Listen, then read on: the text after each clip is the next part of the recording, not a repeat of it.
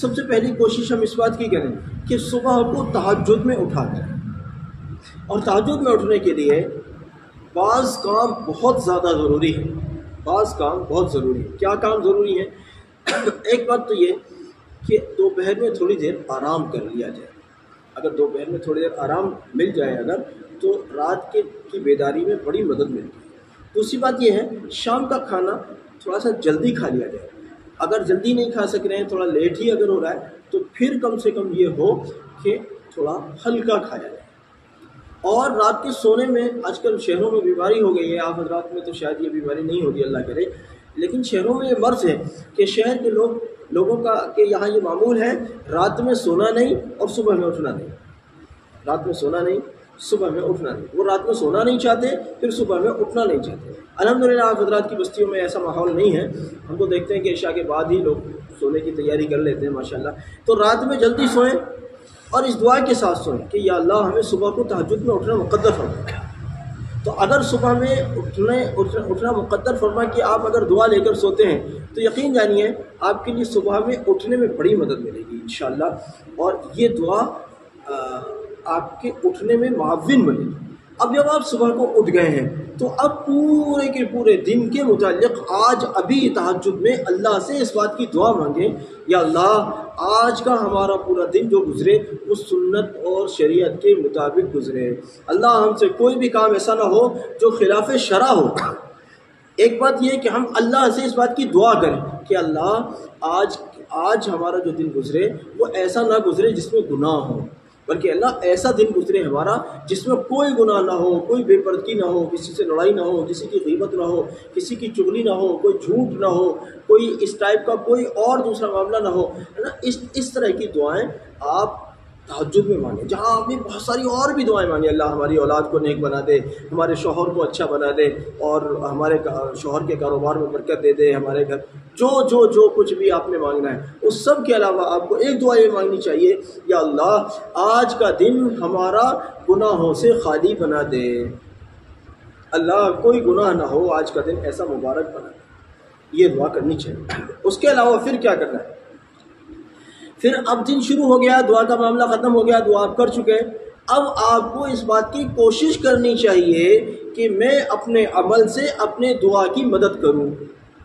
اپنے عمل سے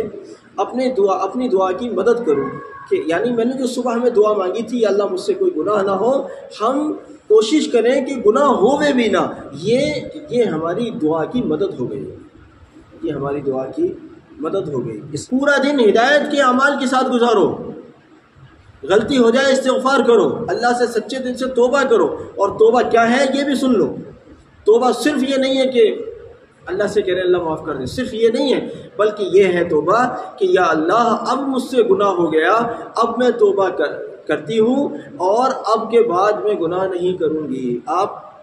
اس بات کو اللہ سے عرض کریں اور پختہ ارادہ کریں کہ اللہ اب سے جو مجھ سے گناہ ہو گیا ہے اب یہ گناہ نہیں کروں گا۔ اس لیے میری بہنوں میں آپ سے عرض کرتا ہوں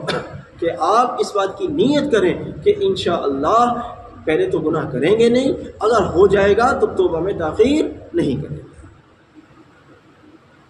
پورا دن اس طرح سے گزرا۔ اب عشاء کی نماز ہو گئی،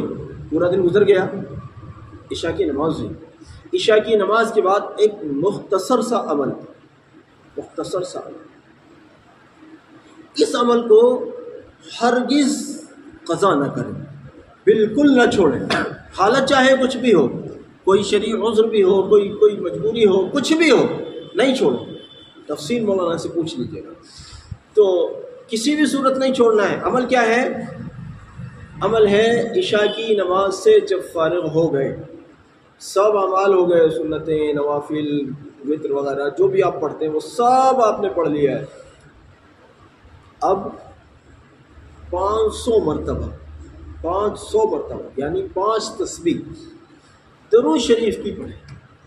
درود شریف کی پڑھیں۔ آپ کو یقین دلاتا ہوں اللہ رب العزت نے اگر چاہا یہ درود شریف آپ کے لیے آب حیات ثابت ہوگا،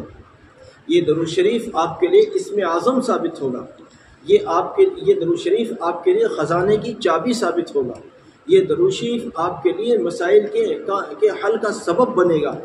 اس لیے جب پورا دن آپ کا گزر گیا توبہ کے ساتھ، اعمال حسنہ کے ساتھ، نیکی کے ساتھ، تو عشاء کی نماز سے جب آپ فارغ ہو گئے ہیں تو اب 5 تسبیح درود شریف کی اس طرح سے پڑھیں کہ دھیان لگا کر بیٹھ جائیں۔ اگر کسی کے بچے چھوٹے ہیں آپ میں سے اور وہ بچے ڈسٹرب کرتے ہیں اور آپ کو بچوں کی بھی دیکھ ریکھ کرنی ہوتی ہے، تب بھی کوشش اس بات کی کریں کہ بہرحال تسبیح نہ چھوٹیں، درود شریف کا یہ عمل نہ چھوٹیں۔ اگر دھیان لگانے کی نوبت نہیں بھی آ سک رہی ہے تو کم سے کم عمل تو پورا ہو